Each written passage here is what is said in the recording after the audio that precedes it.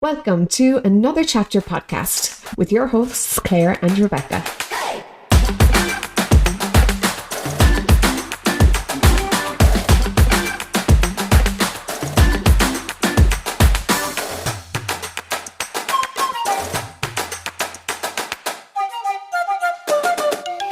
Do you love books? Well, you've come to the right place. Join us as we discuss all things books.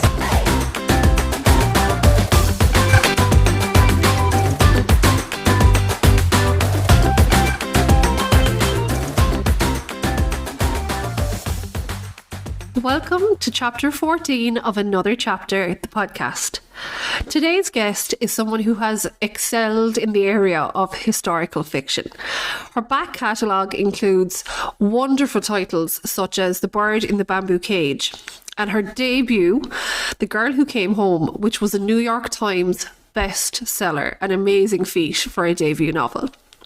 She has also co-authored 3 books with Heather Webb, all historical fiction as well. And her most recent novel was just released this month, and it is called The Last Lifeboat. So today's guest is Hazel Gaynor, and we are very excited to chat to her about reading, her writing process, and of course her new novel, which we were lucky enough to attend the launch of recently. The Last Lifeboat is inspired by a remarkable true story where a young teacher evacuates children to safety across perilous waters in a moving and triumphant novel. And I think both myself and Claire can absolutely agree that that is the case. There were smiles, there were tears, there was plenty of conversation had about this book, and we think if you are maybe not normally a fan of historical fiction, this is an excellent place to start. So we hope you enjoy our interview with Hazel. Welcome, Hazel, as our official guest for chapter 14 of the podcast. I speak for myself and Claire when I say we are absolutely thrilled to have you on. For anyone that maybe doesn't know you, doesn't know your work, would you like to introduce yourself? Yes, hello. Thank you so much for having me. I'm excited to be here. I love listening to your podcast and hearing what everybody else does, how they do it, picking other people's brains. So it's lovely to be here. I'm Hazel Gaynor. I write historical fiction, which is based on events from the past, but with my own imagined fictional interpretation of those events and with my own fictional characters, often on the page. I tend to write from the 20th century, so sort of the late 1800s into mostly the 1900s, and the latest I've written is in the 1950s. So that's the sort of historical era, if you like, that I write in. And I've been writing since, 2012 was my first self-published book. And I now have 10 books to my name. But as you said in your intro, I can't claim all of the words in some of them because they're co-written with my dear friend and author in the States, Heather Webb. So I have a really sort of interesting working schedule. Sometimes I'm on my own. Sometimes I'm with Heather. Sometimes I'm with my cat. So yeah, it's been a really fascinating 10 years or so since I started. Wow, that's some achievement. Well, we keep trying. Yeah, you did right. So to get started, and I know that we briefly touched on this last week when we met you, but can you tell us what your earliest memories of reading are? Yeah, so I was very lucky. I was given books from a very young age, and I know not every child is. So I remember reading. I think I was a reader. I could read before I started primary school. And I have very clear memories of reading big kind of hardback picture books to my mum and dad, sort of tucked up on the sofa or tucked up on their bed, reading to them. There was a particular book, had lots of teddy bears in. I think my dad probably still has it in the attic somewhere. So I was very lucky to have that love of reading, I suppose, given to me at a really young age. And then through the school years, we had a really lovely local library. I grew up in Yorkshire, a little market town called Driffield in East Yorkshire. And there was a lovely library, and my mum used to take me and my sister, and I think you were allowed 3 books at a time. So we used to carefully choose the 3 books, and you'd get your little ticket and get it stamped and be so excited to get home. And so, yeah, books we didn't have a huge amount of books at home, but there was always access to books at the local library and in the school library. So I was always in my bed with a torch under the covers when I was supposed to be asleep, reading. So I just have grown up with stories, it's a real privilege. I understand now as a parent, and to be able to do that for your kids. So yeah, books were always there. I love that. I love that question because everyone's is so different, and I love that the library was a big part of it as well. Because for some people, it's such like I would have gone to the library a lot as a child as well, and it was just such a natural part of my childhood. And again, I realise now it was because while we had children's books in the house, we didn't have that many, and definitely couldn't have been expecting my family to just be buying the amount that I was going through. But for some people, then the library, it wasn't a thing when they were kids, and even now, some people don't use it as much as others, and so it's lovely to hear it being such an integral part of someone's life. Yeah, absolutely. Yeah. Just while we're on the topic, what was your favorite book as a child?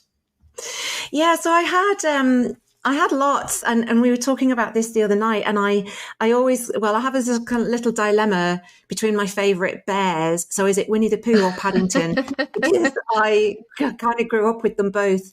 I think I just loved the Winnie the Pooh stories, and I bought a box set when we were on holiday in the Cotswolds. I think I must have had like some holiday money from my nana or something. And I bought this box set, and it was just the most exciting thing I'd ever owned.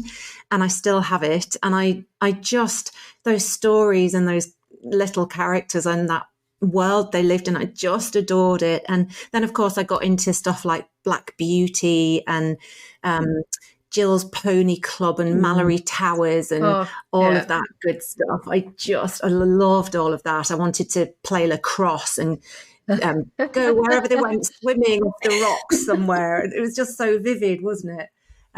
So yeah, I really loved all those, I suppose, classic kids books, really. Yeah. Child of the 70s.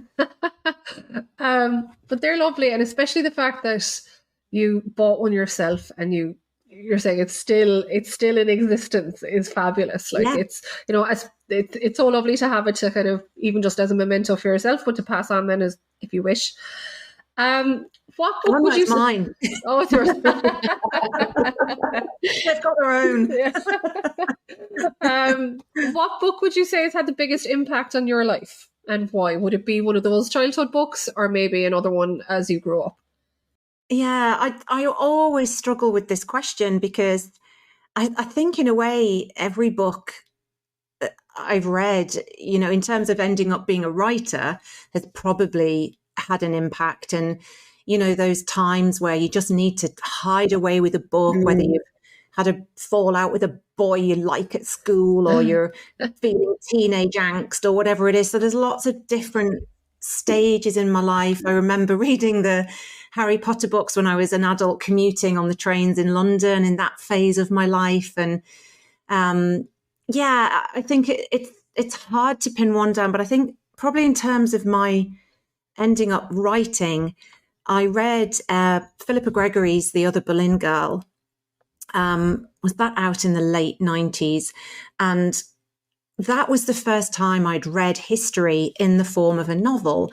It's about Henry VIII's, infamous marriage with Anne Boleyn, but it's really about her sister, Mary Boleyn, and just that whole concept of the other Boleyn girl, who's the other one. Yeah. And I just felt this was so fascinating. And I read that book, and it's written really immersively, and it's as if you're walking through Hampton Court Palace and you can hear the swish of the dresses and feel the candles fluttering. And it's just, it to me opened up this whole world, which I now know is called historical fiction, but at the time I thought was just a cracking read about Henry VIII and his mistresses. And I think that really opened up a world of historical writing to me. So that, and Tracy Chevalier's The Girl with a Pearl Earring did similarly. Yeah, Yes. that's a good one. Yeah, that's in my like top 5 books ever. I adore her brilliant. writing, especially. Yeah.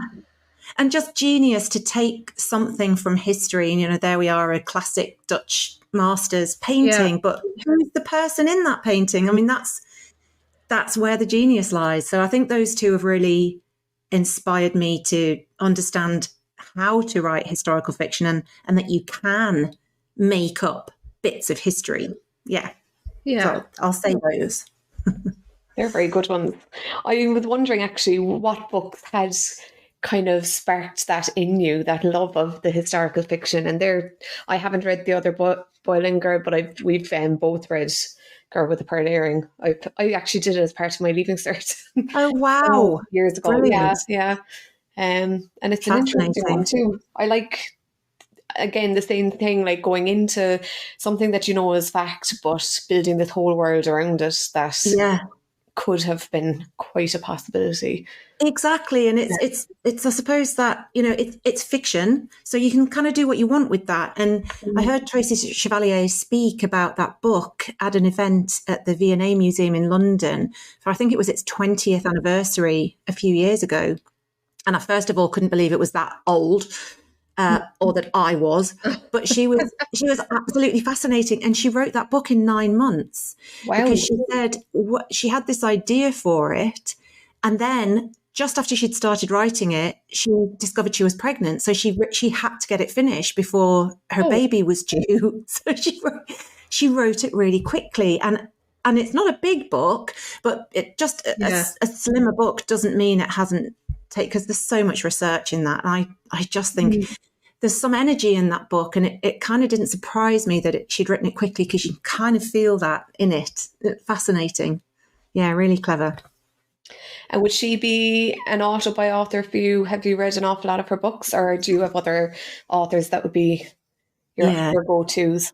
Yeah, she would. Certainly her historical, so The Virgin Blue, Remarkable Creatures, I think, is one of my books I would often say to people to read.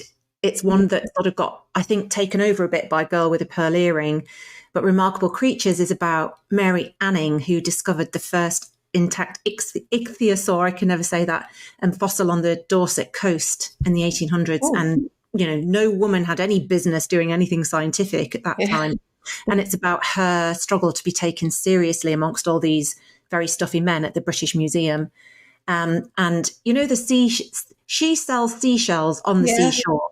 That's about Mary Anning selling her little ammonite fossils that she found on the Jurassic coast down in Dorset. And Mary and Anning's story is told in Remarkable Creatures by Tracy Chevalier, and it's just fab. So yeah, she's really an author for me, as is Rose Tremaine. She's another amazing historical writer.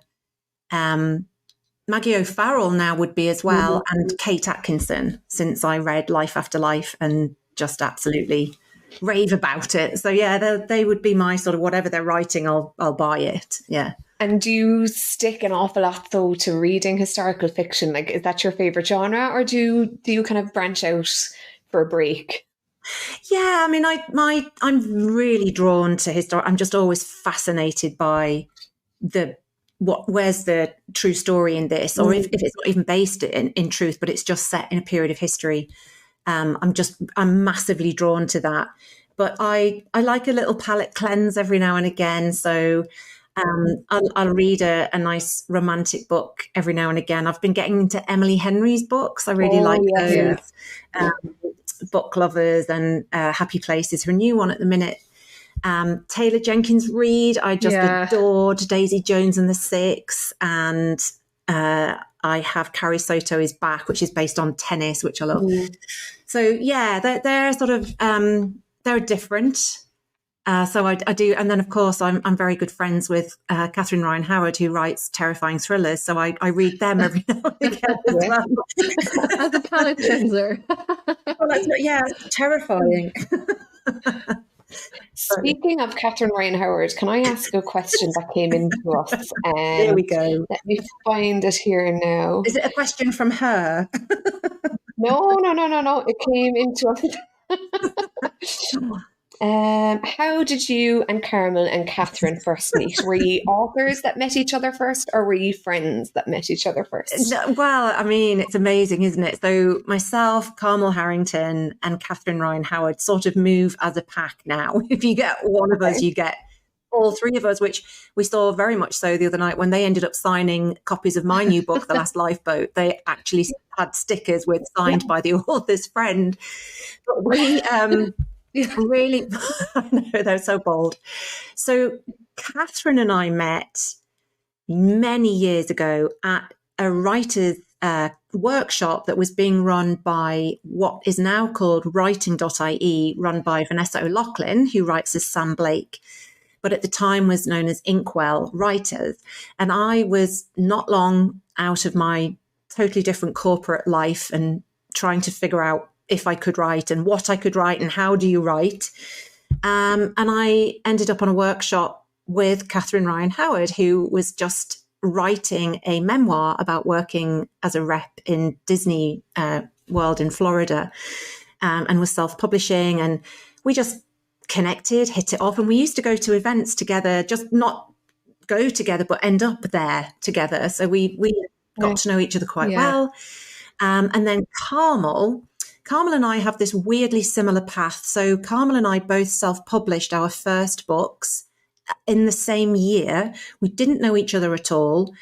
I read an article about her in a paper and sent her a message on LinkedIn, I think it was at the time, and said, oh, you're published, because she was then published by HarperCollins and so was I. So I said, oh, I'm with HarperCollins as well. So we got to know each other, and then the three of us. So I think I sort of was the matchmaker of all three of us. And I think, we're so lucky to have each other. You need that little gang in your corner. And, we often laugh about we would have 10 more books written if we didn't WhatsApp each other all the time. But it's that water cooler thing in an office that, you don't have when you're working at home on your own. And we vent, we celebrate, we advise, we encourage. So it's really just this incredible, crazy friendship that developed over the years. And neither of us knew each other before, and neither of us knew a soul in the writing industry either. So I think we clung desperately to each other when we found each other and haven't let go. So I think we're stuck with each other now. It's lovely. And it's really nice because even hearing the way that Catherine described your little trio at the launch of your book, The Last Lifeboat, it was just really nice to hear that, to hear and see people supporting each other, and women supporting women and helping each other out, as opposed to keeping ideas back from people just in case they'd work for themselves. So it was actually really lovely. I think we all, Rebecca, I think everybody was like, oh my God, that's really nice. We wouldn't know, obviously, what it's like to be writing, and then to have friends that are authors. Do you talk about what you're doing?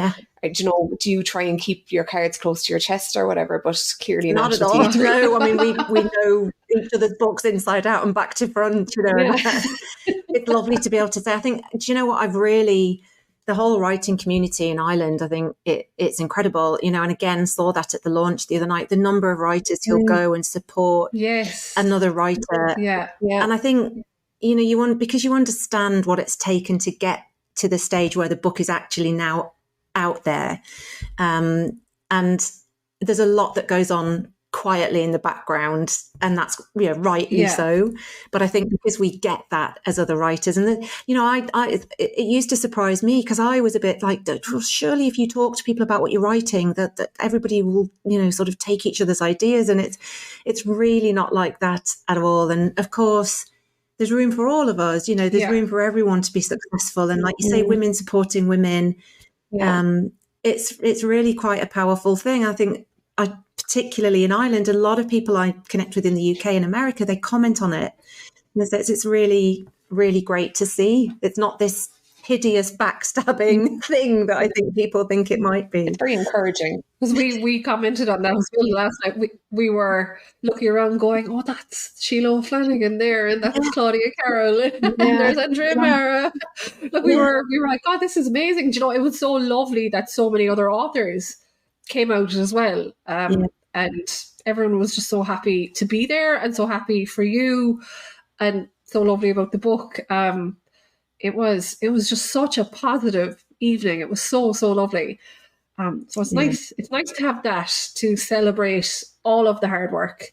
Absolutely, it is, and it's people like yourselves coming to that event, like Claudia, like Sheila, like Andrea, like everybody. That's what makes it a lovely evening. So as I said, I had this awful fear I would be standing there talking to my husband.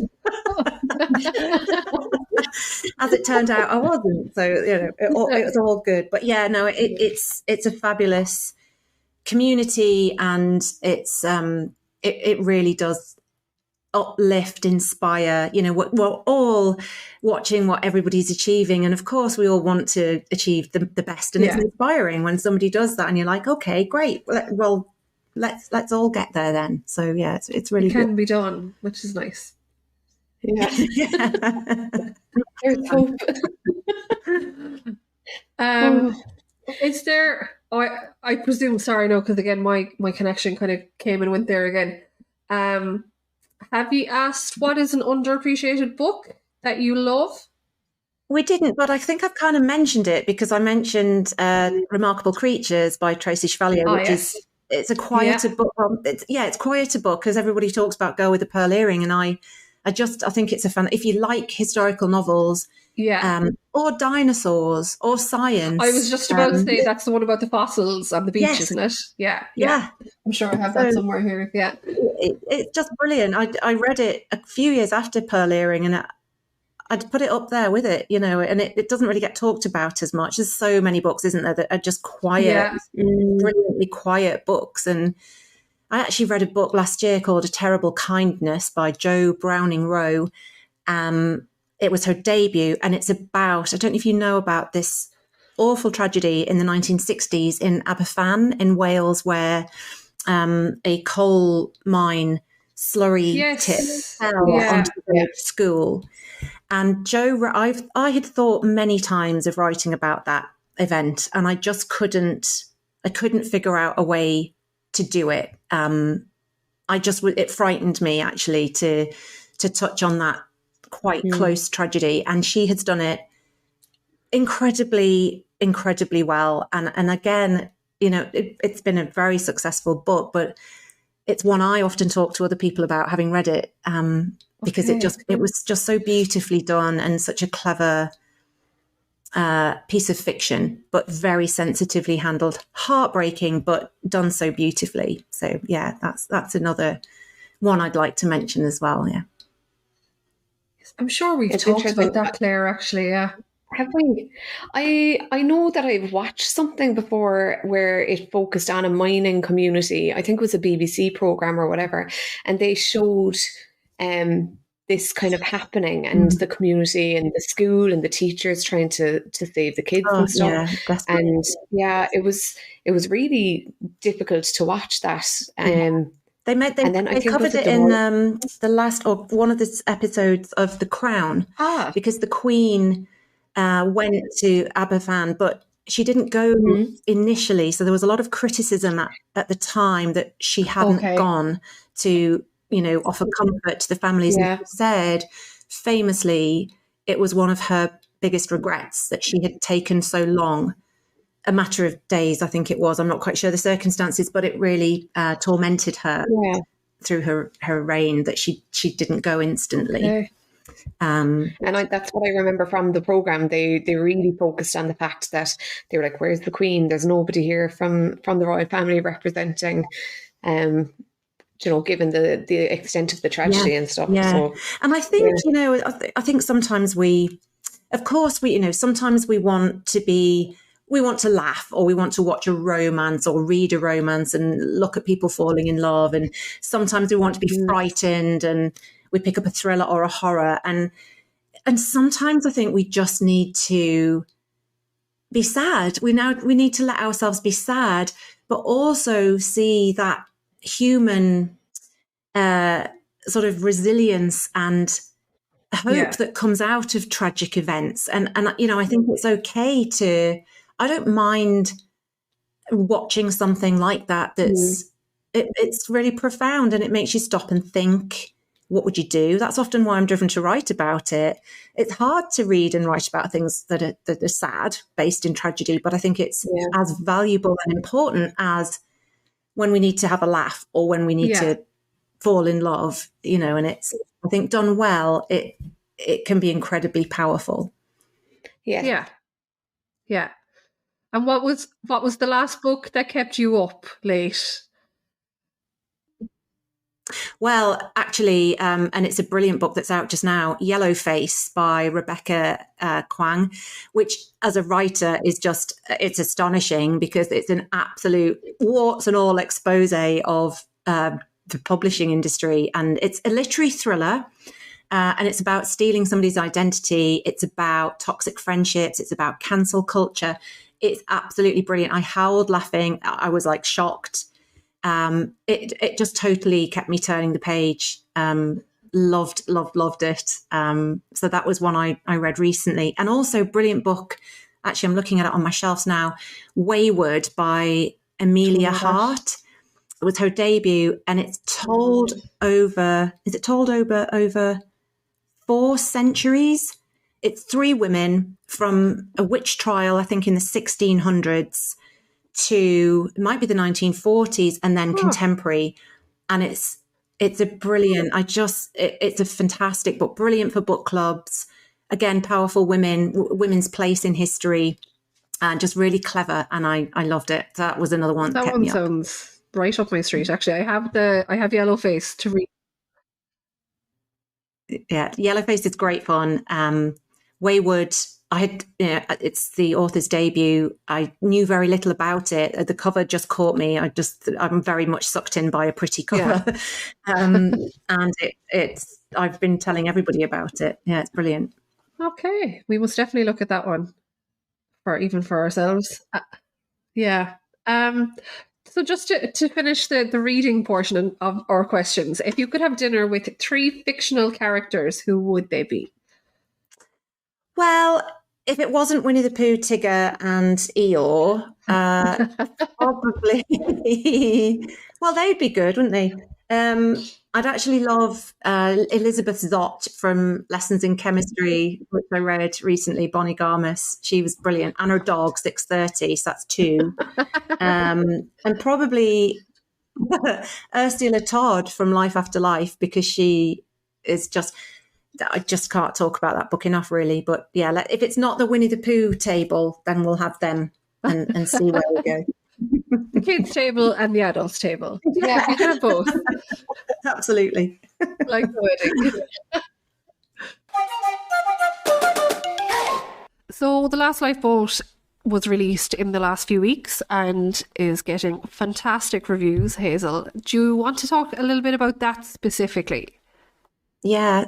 So The Last Lifeboat is based on ultimately a decision that parents faced in 1940 in the Second World War, when it was believed that the Germans were going to invade Britain and that bombs were coming. So parents were given an opportunity to evacuate their children out of Britain, so overseas to Canada, Jamaica, Australia, far, far away, or not. It was their decision. And of course, there were risks either side of that decision. So to take a ship across the Atlantic with U-boats, to not know when you were going to see your kid again, when was the war going to end, or to keep, I think the instinct would be they're better off with you. But what if the Germans do invade, and what if a bomb falls? And it's that question of what would you do? And, I've talked quite a lot about, we seem to think that things that have happened in the past happened to people that were in some way prepared for those things to happen. And of course they weren't. A mother in 1940 facing that decision was exactly the same as you or I. Yeah. And it's the unimaginable worst nightmare that, of course, we all think, oh, it won't happen. It will never happen to us until it does.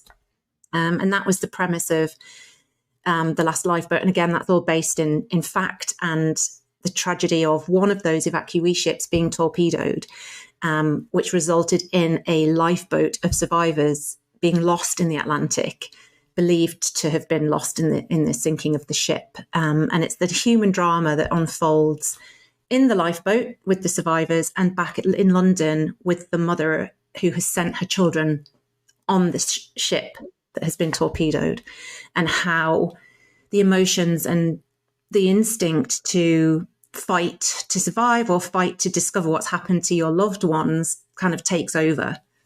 So it was just an incredibly powerful piece of history to find, and that's where my pen was drawn this time. And like we mentioned that to you as well the other evening, like we stopped and, well, I definitely, and I know I'm not just speaking for myself in this one, stopped and kind of went, what would we do if we were in the position of the characters? Like I have a 2-year-old, and I remember sitting on the couch and asking my partner, like, if this happened, what do you think we'd do? And he was like, it's not going to happen. You know, like, don't be thinking like that, because I am a catastrophizer and I will think worst case scenario and everything.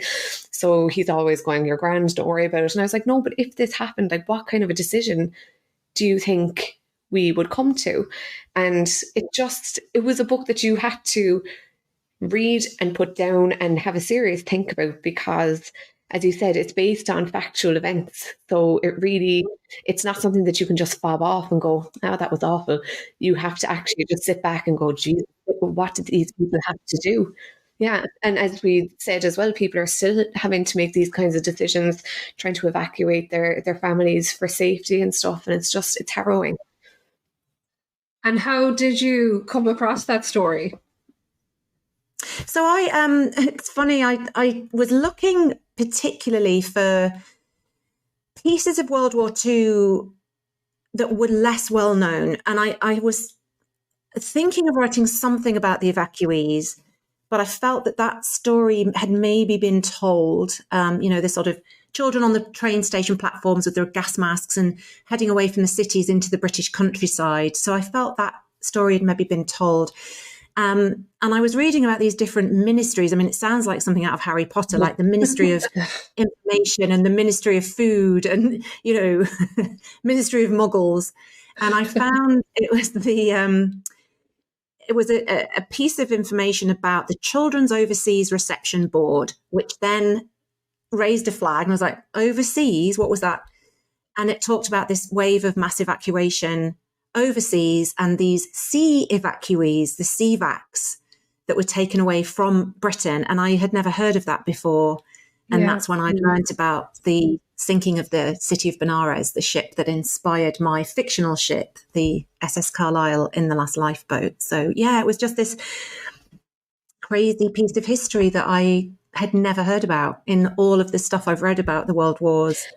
And that's where I went. And did you, do you know how some people say that these characters walk into their minds? And upon hearing that piece of fiction, did you instantly kind of ask yourself the question of, if I was a mother, what would I have done? Did these characters come to you, or did you sit down and kind of plot out what would be a very interesting way to explore the topic? Well, I knew very quickly I wanted to tell it from 2 points of view. So I wanted to be in the lifeboat and in London experiencing the Blitz, because I felt that was a very sort of honest representation of, and also this tension and great drama in that, so if you are seeing things from the point of view of a mother rushing into air raid shelters, not sure what's happened to her children, and then on the other side, we're seeing what's happened or what's happening. And really, my character's Alice in the lifeboat. She's a volunteer who has escorted the children. Volunteers were recruited to take the kids on these long journeys. So Alice is my character in the lifeboat. Lily is my mother in London in the Blitz. And it's really how these two women, they meet very briefly once, but their whole lives are sort of then interconnected by this one event. And it's how that sort of legacy of sliding doors almost, that which direction do you go in and how can that turn your life around? And I knew straight away I wanted to focus on two women's point of view and then understand who they were at the point of making that decision to evacuate your children and to volunteer to sail with the evacuee ship. So what made that decision? And then how do they react to this tragic event? And how does that all unfold? So, yeah, I knew that very quickly. They came to me quite formed. That's so interesting, because I found them both to be so relatable in both senses. So, like Alice kind of wanting to nearly to put a kind of flimsily, if you will, like she wanted a change of scenery and to kind of prove people wrong that she wasn't this safe character. So she was kind of going off to do this as a kind of an opportunity to prove that she wasn't the safe and reliable person. And then for this to be what happened to her was just insane. Like, yeah. And very much based, in fact, I mean, the character of Alice is based on a lady called Mary Cornish, who was the only woman in the lost, unrecovered lifeboat that, then the story unfolds. She was a music teacher who volunteered to escort the sea evacuees, and she was awarded an OBE, I think, for her part in that whole episode. So Alice is very much shaped around Mary Cornish, and Lily is just entirely fictional. She's just someone, I suppose, who is a historical version of me, and imagining life in a simple terraced house in London, and those communities in London, and how communities came together in the war. I'm from Yorkshire originally, and my dad has stories of an Anderson shelter in the back garden and all this crazy stuff. So it's in me somewhere. Yeah. I'm really intrigued as to hear more about the writing process for you on that. Can you explain to us, like, what was the hardest thing about writing that book?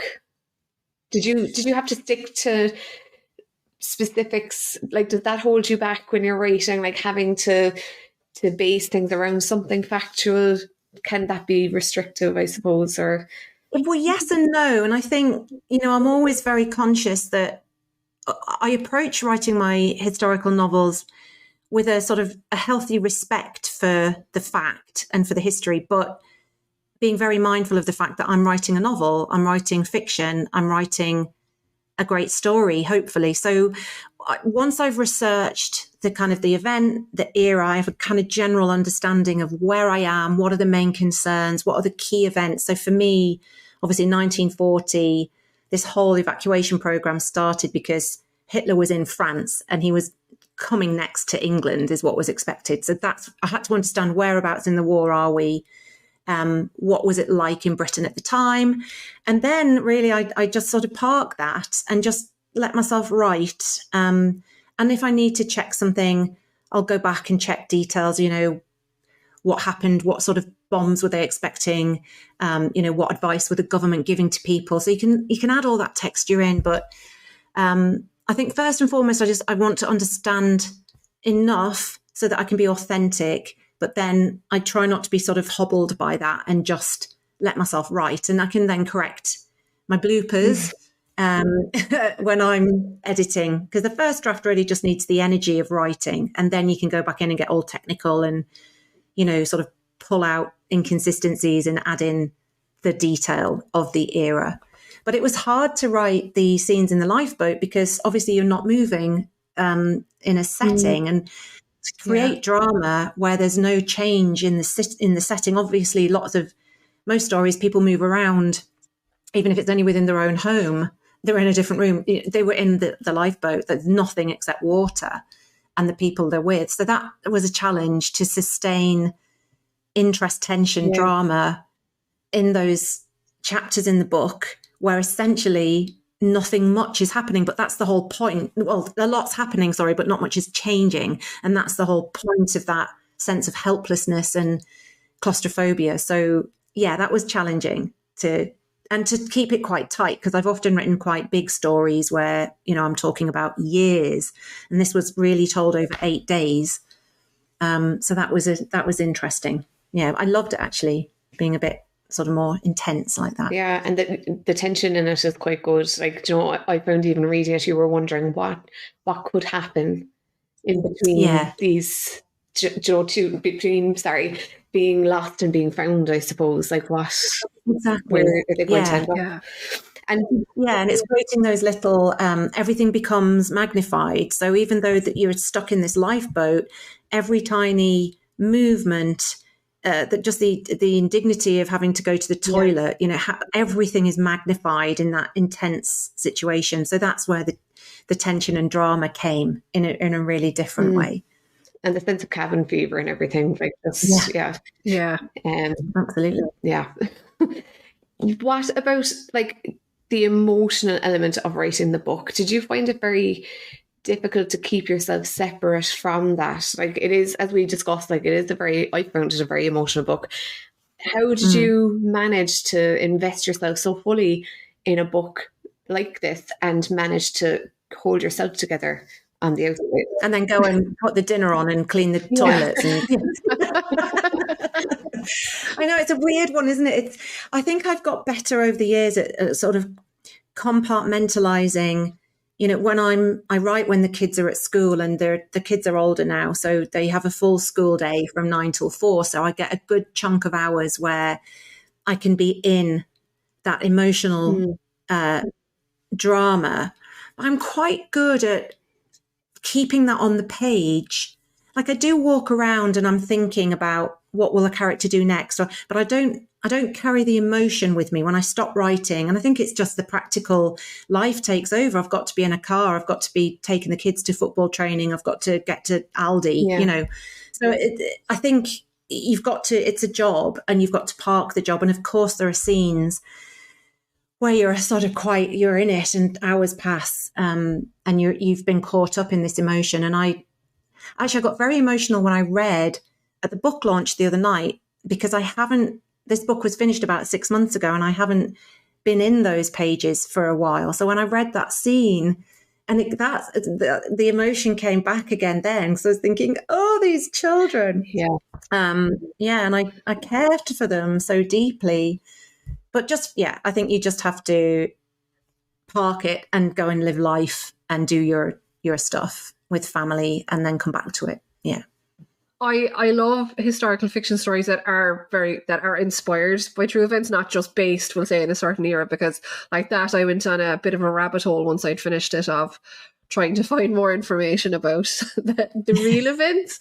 And I love that. I love that a book and that your story can inspire that in me. And I'm absolutely not the only person, I'm sure, that had that reaction to it as well, which is one of the beauties of historical fiction, that you can take the story further yourself, as in you can look into events more and learn more and find out more. And a bit like you finding the story initially, you can find out about things that you never knew or would never have known otherwise, which is lovely. And actually I stayed up far too late finishing the book, because I was like, I can't. And then of course I was crying times. Oh, that's great. Sorry. But that's my job, to actually, whether if somebody laughs, cries, whatever emotional response, I think that's what we aim to do when we're writing, is create an emotional response, because to me that means you care. So you care about these people.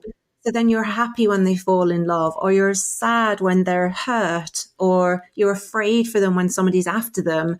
So that's, I think the skill of a writer is creating, a believable plot and an authentic setting, but to create people that are made up, that we really care about. It's like anything we watch, TV series, movies, anything we read, to create that connection to something that is imagined that's when I think the magic happens. Yeah, it was a very emotional read. Like I sobbed and sobbed and sobbed reading this book. It was just, it really hit hard, I think. And like what Rebecca is saying too, it's about more than just history. Like we all had to study history in school. We all know our facts somewhere. They're buried deep in our brains. But this makes everything feel a little bit more real, that it's not just a list of facts, that there were real people in these situations that had to make these decisions and that had these experiences. And for anyone that is interested in dipping their toe into the water, excuse the pun, of this genre, this is an excellent way to do it. I haven't read an awful lot of historical fiction, but it has definitely ignited a spark in me to want to keep reading more of it, because it was absolutely impossible to put down.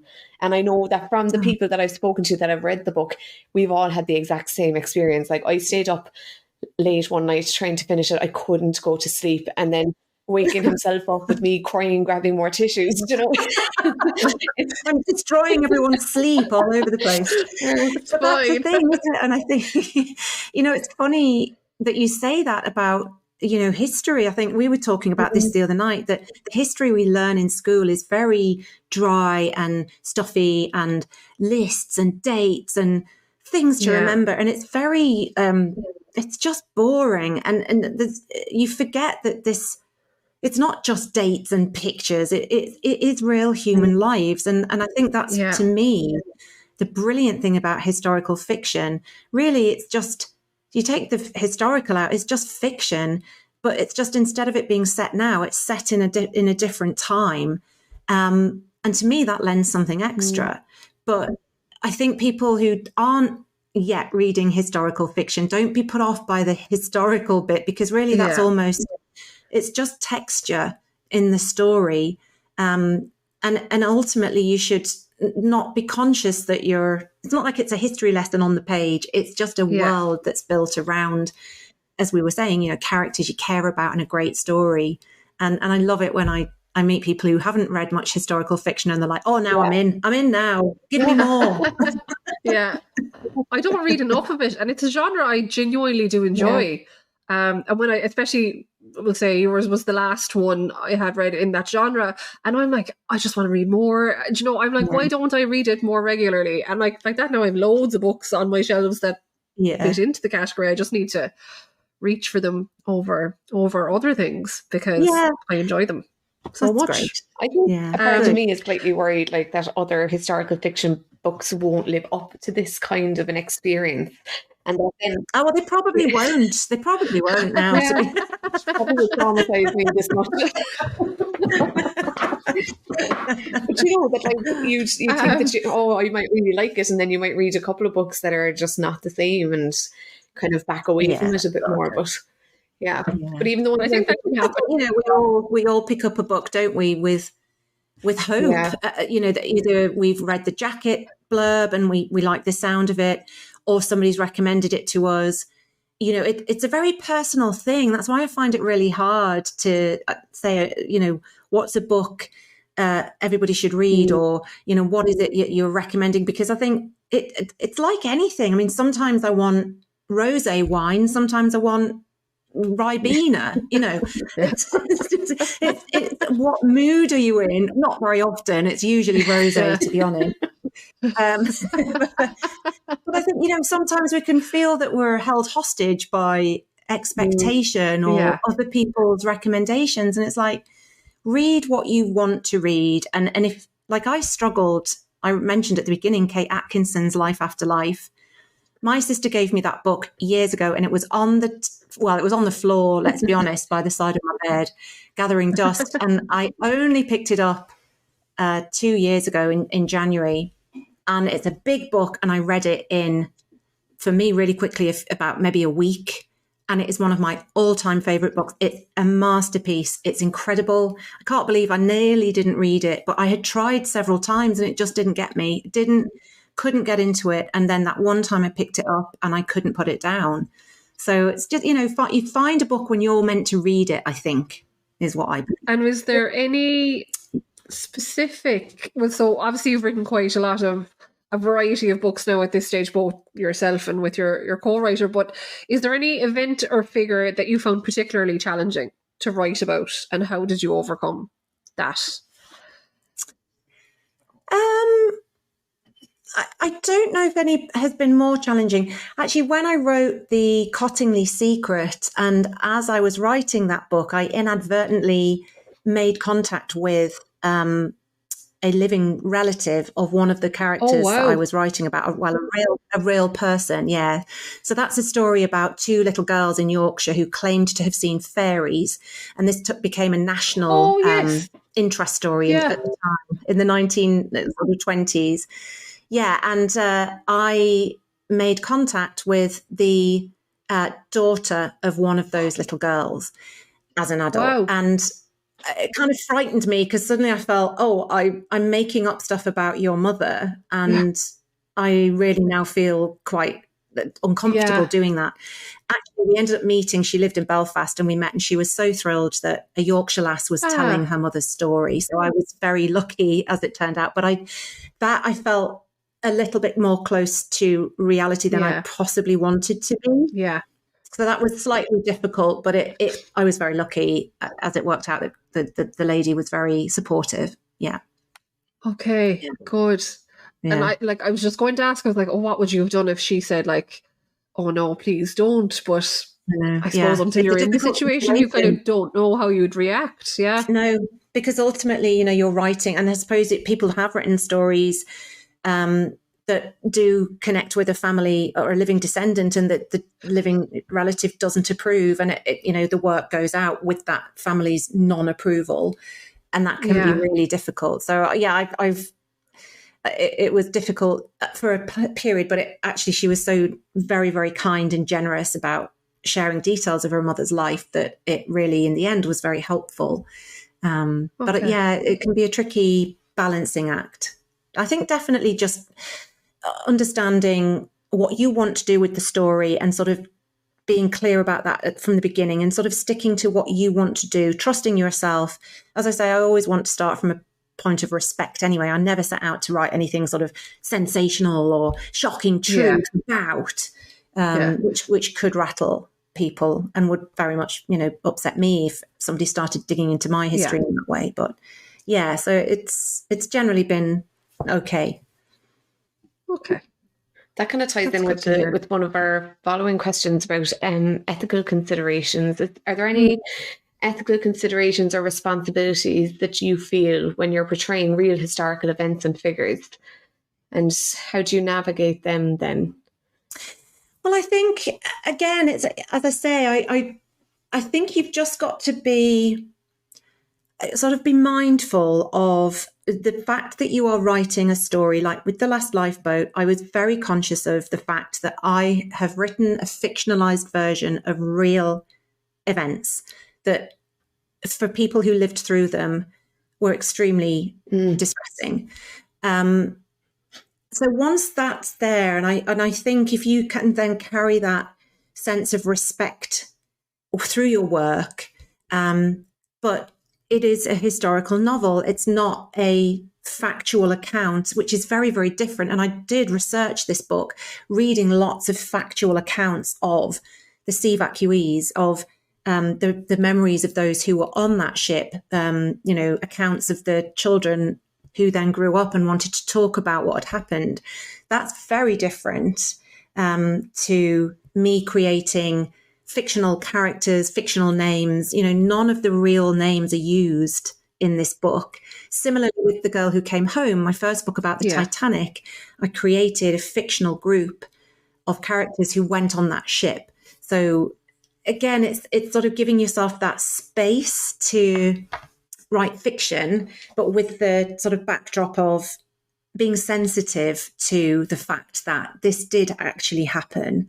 So you do have to have authenticity, and just make clear decisions about how far you're going to go with filling in those gaps in the historical record, or not, sticking very closely to the truth. Have you ever received any feedback or criticism as regards your representation of historical events? Yes, I'm going to give you a corker now. So when I wrote The Girl Who Came Home, and it was my debut novel, and I was quite terrified about Titanic experts finding absolute flaws in my description of the ship, and they couldn't possibly have been on B deck, and that wasn't, so I was really careful about studying maps of the layout of the ship and decks, and how did you get from here to there, and Anyway, so total novice, I've never written a book. Never published a book before. So I wasn't quite prepared for reactions of people. And part of The Girl Who Came Home is set in 1980 when the granddaughter of one of the people who was on the Titanic wants to write her grandmother's story. And anyway, I talk a little bit about my character Grace in her bedroom in Chicago in the 1980s. And one scene, I don't know why, I've never done it again. I described her bedroom and I said there was a Bon Jovi poster on the wall, but I specified the album that it was. And a reader sent me a message and said, well, I quite enjoyed your novel about the Titanic, but unfortunately I was very disappointed because I think it was what Slippery When Wet was not out in 1982. God, all the things I could have got wrong. My Titanic stuff was spot on. It was the wrong Bon Jovi album. Which had nothing to do with the story really whatsoever. Yeah. So I learned my lesson, and now I'm like, don't reference if albums. If it's not needed, don't put it. Yeah, no, don't put it in. I'll never forget Brilliant. that. Yeah, I mean Bon Jovi tripping me up. So there you go. Yes, it happened. They must have been a super fan to really feel the need to contact you to point that out. Yeah. You see, I think, and this is the thing, when you dip in, and obviously each book I've written, I'm an expert for a period of time, and then I move into another book. So I never claim to be, if James Cameron can admit to mistakes in the Oscar-winning movie of Titanic, then, far be it from me to be perfect. And I think I've just become more at peace with that. It's like, guys, I did my best, and I hope that tiny, tiny detail didn't ruin the whole book. We're only human, right? You should issue a recall. I'm like, fair enough if I have someone getting into a car in Victorian London, and it's sort of turning on a Spotify. Yeah. Fair cop. Oh, that's brilliant. And I know. let's say the writing process in general, how do you find it? How does it work with when you co-write the books? Your book, actually, anytime anyone looks for a book set around either Christmas or an I'm going to pronounce this wrong, an epistolary novel, which I love. I love those styles of books. I always recommend Last Christmas in Paris. I adore that book, and actually it was only in the last few days I realised that was one of your books, and I was like, oh, this is a fabulous turn of events. You can't get away from me. I'm everywhere. But how do you find the writing process and how did that come about? The two of you writing together. Yeah, with Heather Webb. So we were connected many years ago. We have the same agent in the States, and she connected us and said, look, you're both writing history. You both have a first novel coming out. This was back in 2014. You might help each other. And we just hit it off. Heather then asked me to contribute to an anthology about the First World War called Fall of Poppies, which I did. I went on a little book tour to the States and met her. We got on like a house on fire. And I said, I quite enjoyed digging around in World War I. Do you want to write, should we do another anthology? And she was like, no, never again. It was really complicated to get nine authors to contribute to this book. But she said, I would write something with you. And I was like, oh, okay, I'd never thought about that. So very quickly, we brainstormed what became Last Christmas in Paris, which is a story written in letters, as you say, between Tom at the front, Evie in England, and this childhood friendship that, anyway, I won't say too much because spoilers, but that was our first novel, and it sort of came out of nowhere and we loved doing it. So we then wrote Meet Me in Monaco about Grace Kelly's wedding and that sort of fairy tale Hollywood world. Then we wrote 3 Words for Goodbye about 3 sisters on the sort of era just before the Second World War, traveling around Europe, which was great fun. And we're currently writing Christmas with the Queen, which is about the late Queen Elizabeth II's famous traditional Christmas speeches on Christmas Day, and how she sort of brings a couple, a chef and a BBC reporter together at Christmas time around the royal tradition. So yeah, that's what we're working on now. So it's just been brilliant. We write together on Google Docs. We kind of use the time difference to our advantage. Oh, yes. And we just love it. And we've said we'll keep doing it, and as long as we're having fun. There's no obligation. There's no, we have to. It's just, if we have another idea and we want to do it, we will. And we're having great fun. Yeah. That's a nice way to kind of change things up as well, Yeah. And I like as well just hearing the way that you've built a community of support around yourself, that it's like, because writing is a very solitary activity. So to have that kind of a sense of community and support is really, it seems like a really nice way to keep yourself going. Because I would imagine, does it get quite lonely? Yes and no. I mean, I think I'm very busy, thankfully. So you kind of almost don't have time to get lonely. And it's almost like, it's the joy of having a bit of peace and quiet to get to the desk and write. So you're in your head a lot. So I think it's really important to have those other outlets of other writing friends, to get out of your own head, and sort of, cop yourself on and come back down to reality a bit. And it's really nice to have people to bounce ideas off as well. So Heather and I do a lot of brainstorming on our own individual stuff with each other, as well as our joint stuff, as I do with Catherine and Carmel. And I think that's what's lovely about that, is you've got someone to just be in your corner, when things are going well, when things are not going so well, and just have that sort of creative chat. So yeah, it's been really lovely actually to make those connections. Just even linking up with people that have the same interests, like on Instagram, for us, finding other people that have the same passion and the same level of interest in reading and literature and stuff, has been really wholesome. Yeah. And a very kind of an affirming process to be making and forging these friendships within such, what word am I trying to think of? And it's a very powerful community too. Do you know?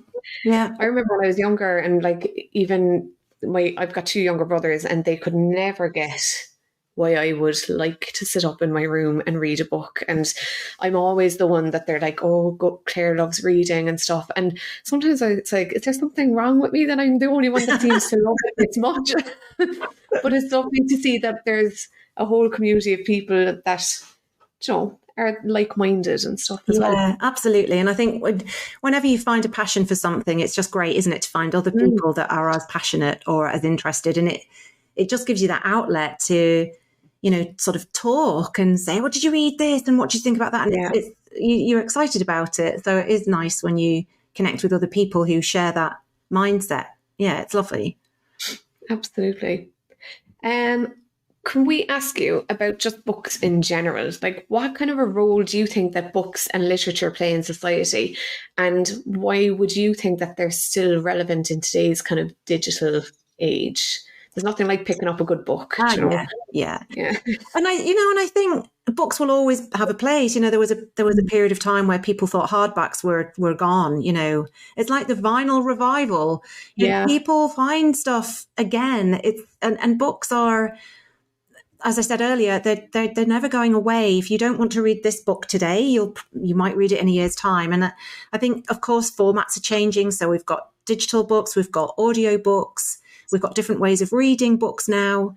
Books are very transportable in all of those formats, which is brilliant. So we can take them wherever. And I just, I think trends change, and rightly so. Reading habits change. And I think as we each go through different stages of life, our reading habits change. But I think, I'd like to think anyway, books aren't going anywhere. They're an amazing form of entertainment. Often, everything we're watching on streaming services has come from a book. So, that writing talent, and maybe writing might end up being more towards an on-screen production, but there'll still need to be the writing talent there in the first place. And I think, as I said earlier, I think people can get too precious, and I have absolutely no time for literary snobbery. I just can't be dealing with it at all when people are like, oh, well, you have to read certain things. And it's like, you just read what you want to read what entertains you, what gets you excited or makes you cry. There's no right or wrong. There's no guilty pleasure. I don't ascribe to any of that. And I think they allow us to just walk in someone else's shoes. And I think we can learn a lot. We can be more empathetic about different people, cultures, different ways of living that we don't understand otherwise. So it's like any form of media.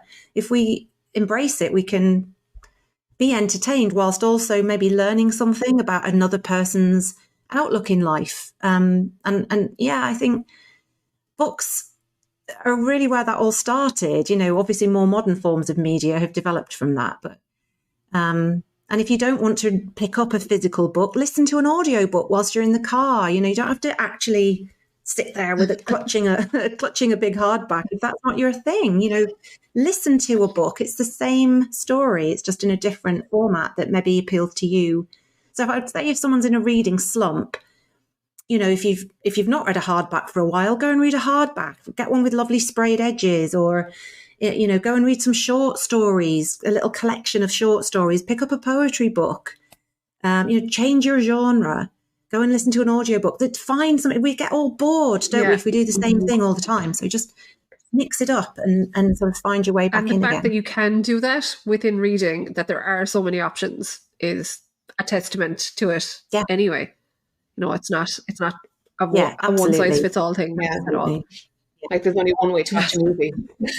Yeah, that's it. And sometimes you just need a bit of a reset. So you might think, oh, I can't, I'm in a massive reading slump. So maybe try an audiobook, and that just might get that love of story back. And then you can go mad in your local independent bookshop and buy everything.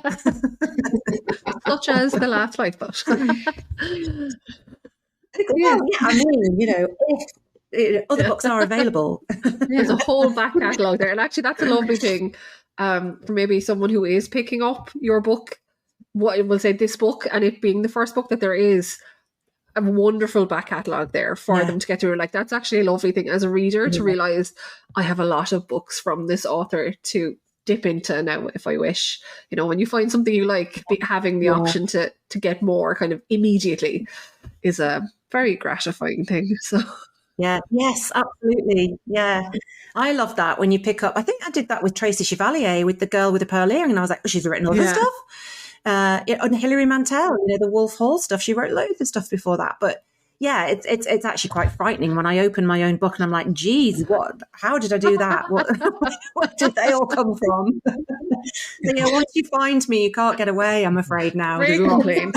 A great complaint. It is, to be fair. And as a writer, would you have any advice for anyone that would be aspiring to write themselves? Yes. And my advice is always the same, and it's always ridiculously simple, is just write. Honestly, there's no other way to learn the craft or to figure out what you want to say or to figure out the shape of your story unless you've written it. And I think a lot of people abandon this novel they have in them because what comes out in their first attempts is not as good as what's in their head. So it's almost giving yourself permission to write a terrible first draft. Everybody does it every time because what's in your head is this perfect finished product, but you've got to find that on the page. So don't abandon something because it's not as good as you wanted it to be. Of course it isn't yet. So finish your draft, then step back and see what have you got, and then you start the real hard work starts. So most books go through at least 3, 4, maybe 5 full drafts before it gets to be the book we read. So don't abandon it. Keep going. Say, this is terrible, but I'm keeping going anyway. And yeah, just keep writing. It's the only way to get there. I always say, I'm going to sit down and write for 5 minutes. And I'm often still there, you know, at least half an hour, 30 minutes, 40 minutes, an hour, 2 hours later. So just say, I'll just write, get a cup of tea, I'll write for 5 minutes. That's my trick. And do you use any specific software yourself, or is it just Microsoft Word and stuff, just typing? Good old Microsoft Word and a notebook to scribble little ideas in every now and again, or several notebooks, because I can never find the original one I started for this book. So I've always got about 8 notebooks with different scrappy bits in. But yeah, I'm not high tech. I'm not one for writing software. I'm just me and good old Word. Before we finish up, can you give us, and I know you've already given us one tiny little sneak peek, but are there any other sneak peeks or hints about upcoming projects that you've got going on in the background, or Yes. top secret? Always. Yeah, I haven't been able to say too much about this yet because it hasn't been officially announced, but I can say that my next solo book is a little bit different. So we're going still historical. It's going to be 1930s, Midwest America, but it's an origin story. And I pitched it to my editor as a story we all know very well, but a woman we don't. Ooh, And that's all I can say. Ooh. Immediately go to Google this. What happened in the 1930s? Honestly, I'm so excited about when I can say I'm just going to have to get a tannoy and stand, on the top of Dublin Castle because I'm so excited about it. But yeah, that we will all will be revealed soon. Excellent. Cool. I am That very sounds intrigued now. Yeah. That's what our WhatsApp conversation is going to be now, trying to figure this out. So. Yeah. Trying to suss it out. We'll send you a message when we think we have it sussed and you can discreetly I'll give you a thumbs up if you've got it. Exactly. Well, we finish all of our interviews with a quick fire round. This or that. Would you be up for it? Yes, go on. So, actually, before we do the quick fire round, maybe you did ask this. I can edit it out if you did. We were told to ask where you got your lovely dress from. Oh, that you yes, wore to I the didn't launch. ask that question. Sorry. Oh, yeah, you didn't ask. I think the lovely dress should have its own Twitter account. It got so many comments on it. It's actually from Hobbs in Kildare Village. I've had it about a year. So it was one of those on the rack.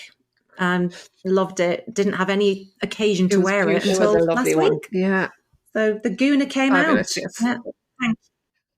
And can I ask another one just before we go to the quickfire? Do you have a favourite character from your own books?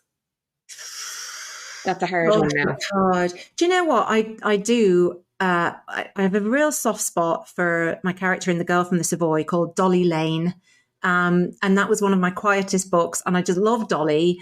And I'd love to hang out with her in 1920s London and at the Savoy Hotel and downstairs and drink gin with the other chambermaids. But anyway, she was fun. And Grace Darling from The Lighthouse Keeper's Daughter, because I knew about Grace Darling's story from being a little girl. And I just think she was incredible. Yeah. She's, based on, obviously, she was a real person. So, yeah, she was amazing to write as well. Okay. I think we've got people's questions that they'd sent in. So hopefully their Hobbs now will have like their website. Perfect. So quick fire round. So this or that, feel free to elaborate if you want. Feel free to just answer either or, depending. I'm scared. Go on. Okay, so number 1, ebook or audiobook? Audio. Number 2, dog ear or bookmark? Well, bookmark, probably more likely a receipt or some other piece of paper, an envelope. Yeah. Very good. Number 3, DNF or power through? Oh, I think I'm a power through girl because I feel sorry for the author. So I power through. Yeah, I do. Yeah. Reluctantly. Number 4, tag authors in posts or no? So we'll say from our point of view as the person reading the book, should we tag authors or not? Oh, if you're saying nice things, absolutely. If you hated it, no. No. Leave us be. Fair. Don't wake us up at breakfast with this was very disappointing and your day is ruined. So yeah. Bon Jovi did not have an album out that year.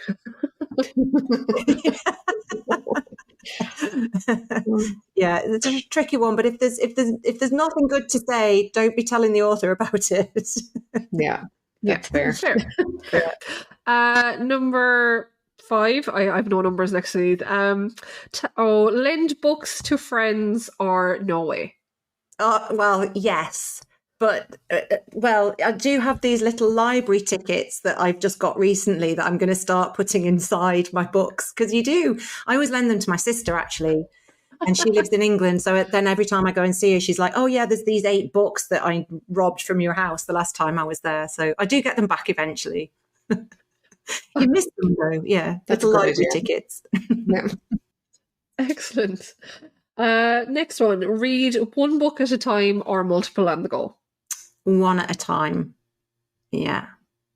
Unless I'm if it's research, loads at a time. But I'm very monogamous with my reading. I like to just be in one book because this is, you see, because I power through. I have to finish them. Yeah. Yeah. We're dedicated to the cause. Would you prefer to only read mediocre books forever or one stunning book once a year? That's brilliant. Well, I'd go with one stunner once a year, definitely. Yeah. Would you prefer to only read the first page of a book or just the last one? Oh, first. Yeah, first page, because then if you read the last page, you don't know why it is. So I think the first page, I mean, that's a terrible question.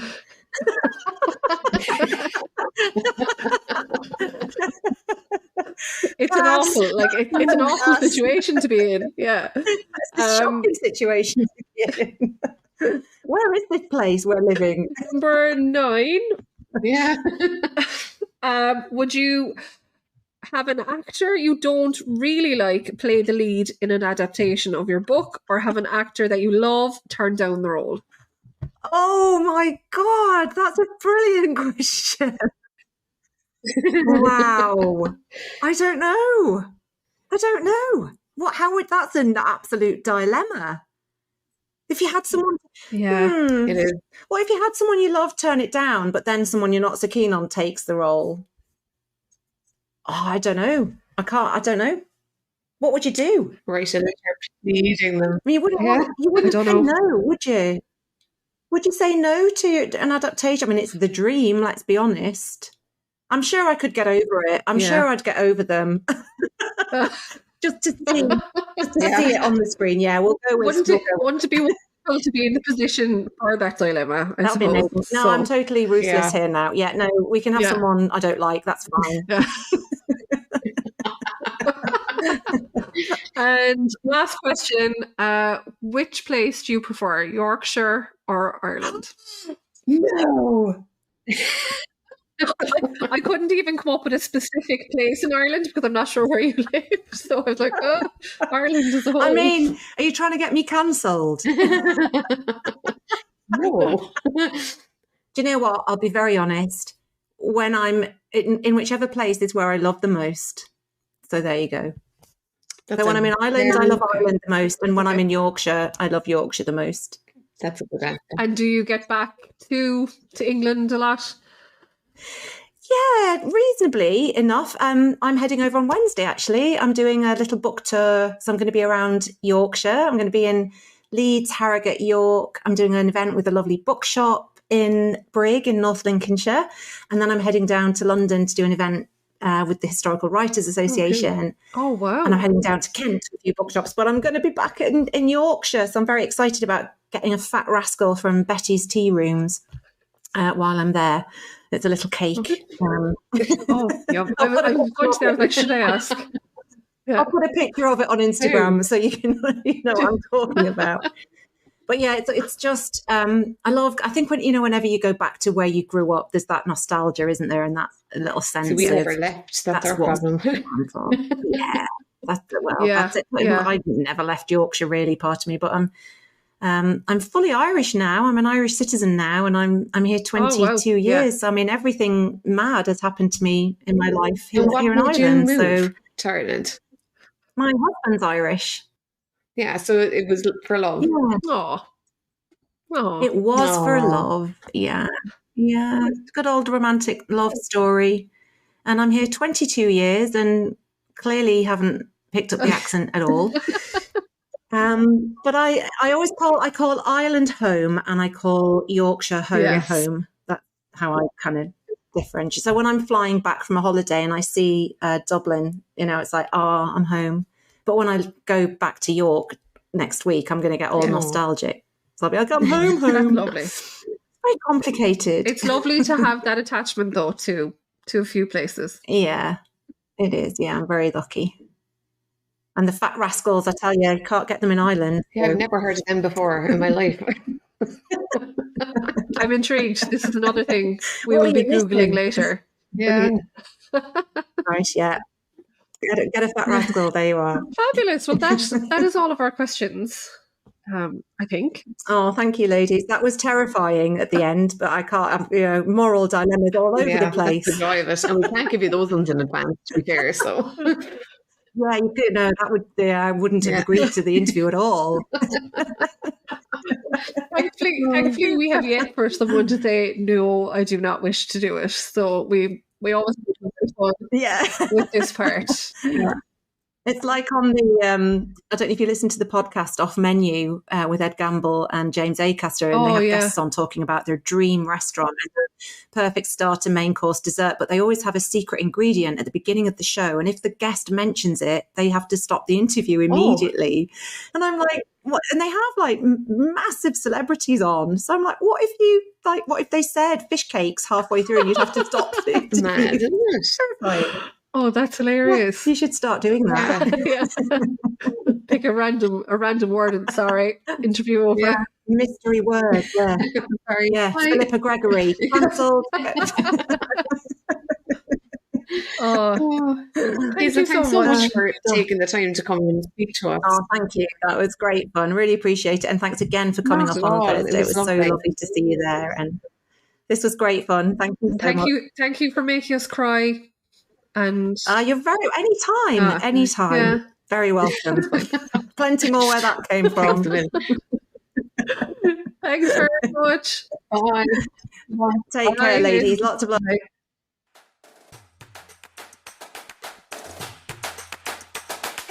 Thank you so much for listening to this edition of Another Chapter podcast. Don't forget to subscribe, like, and share to keep the book conversation going. Thank you to Helen Becerra for the graphics, Mark Neville for the mixing, and to each of our contributors. Music is Make It Work by All Good Folks. Don't forget to follow along on Instagram at Another Chapter Podcast. We'll see you there.